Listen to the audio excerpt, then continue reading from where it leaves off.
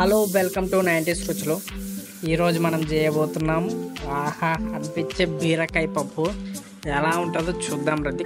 ముందుగా ఒక బౌల్ తీసుకొని దాంట్లో కడిగి పెట్టుకున్నాం పెసరపప్పు 100 grams వేసుకోవాలి.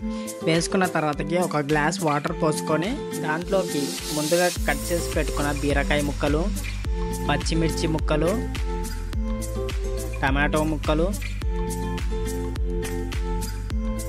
హాఫ్ స్పూన్ పసుపు వేసుకొని కలుపుకోండి. కలుపుకున్న తర్వాతకి 1 టేబుల్ స్పూన్ వెల్లుల్లి పేస్ట్ వేసుకొని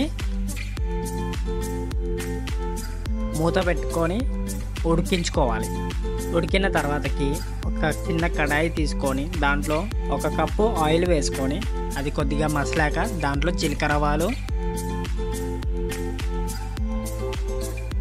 కట్ చేసి పెట్టుకున్న ఆనియన్స్, వెండుమిర్చిలు, రెమ్మ కరివేపాకులు వేసుకొని కొద్దిగా వేయించుకోవాలి.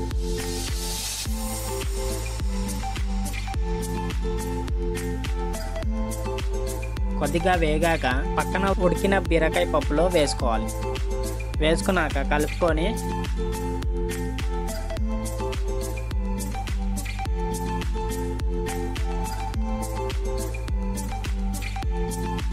దాంట్లో తగినంత ఉప్పు వేసుకొని కలుపుకోండి.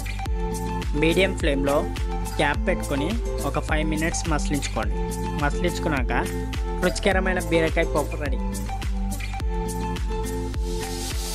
మీకు గనక మా వీడియోస్ నచ్చితే లైక్, షేర్ అండ్ కామెంట్ చేయండి. తప్పకుండా సబ్స్క్రైబ్ చేయండి. ఇది మా కొత్త ఛానల్. ప్లీజ్ సబ్స్క్రైబ్ చేసి మాకు సపోర్ట్ చేయండి. Thanks for watching.